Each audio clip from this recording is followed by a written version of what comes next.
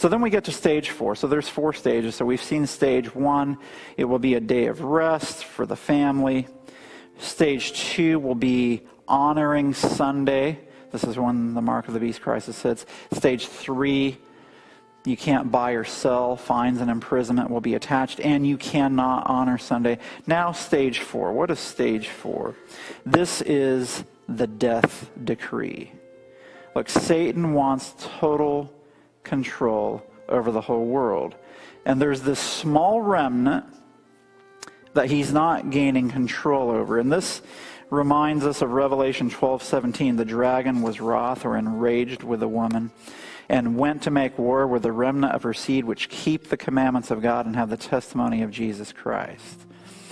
You know, at the very end of the world, despite everything that Satan is doing to get all of the world to wander after the beast so that they will worship him as the dragon, as Satan, there will be this small remnant who keep the commandments of God.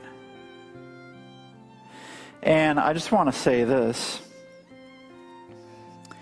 Be careful if you're told that you can't really keep the commandments. Because through the power of God, all things are possible to him who believes. In your weakness, you can't obey, but in the power of God, united with him, you can live an obedient life through the grace of Jesus.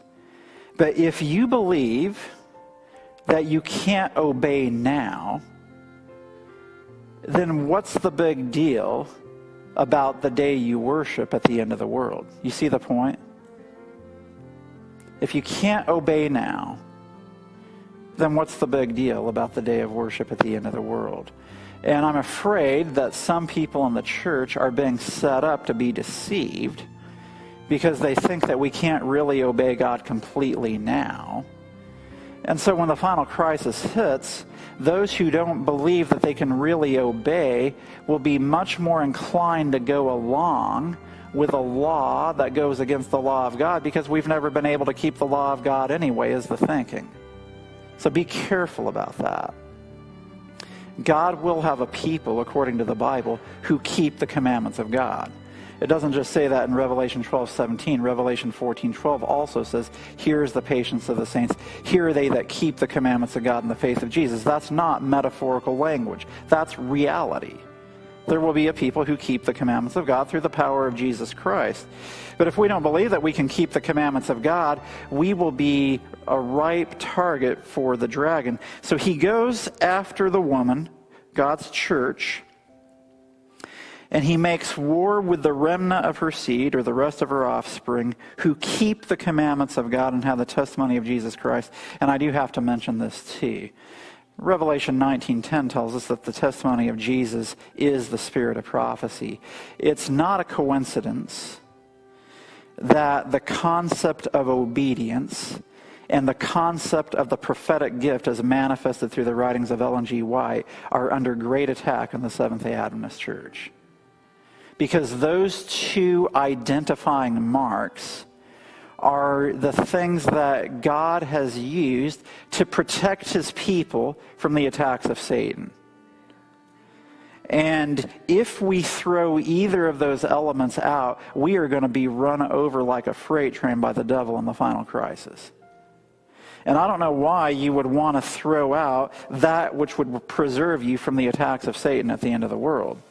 So, with this death decree, because God has a people who keep the commandments of God, they've held fast to the testimony of Jesus.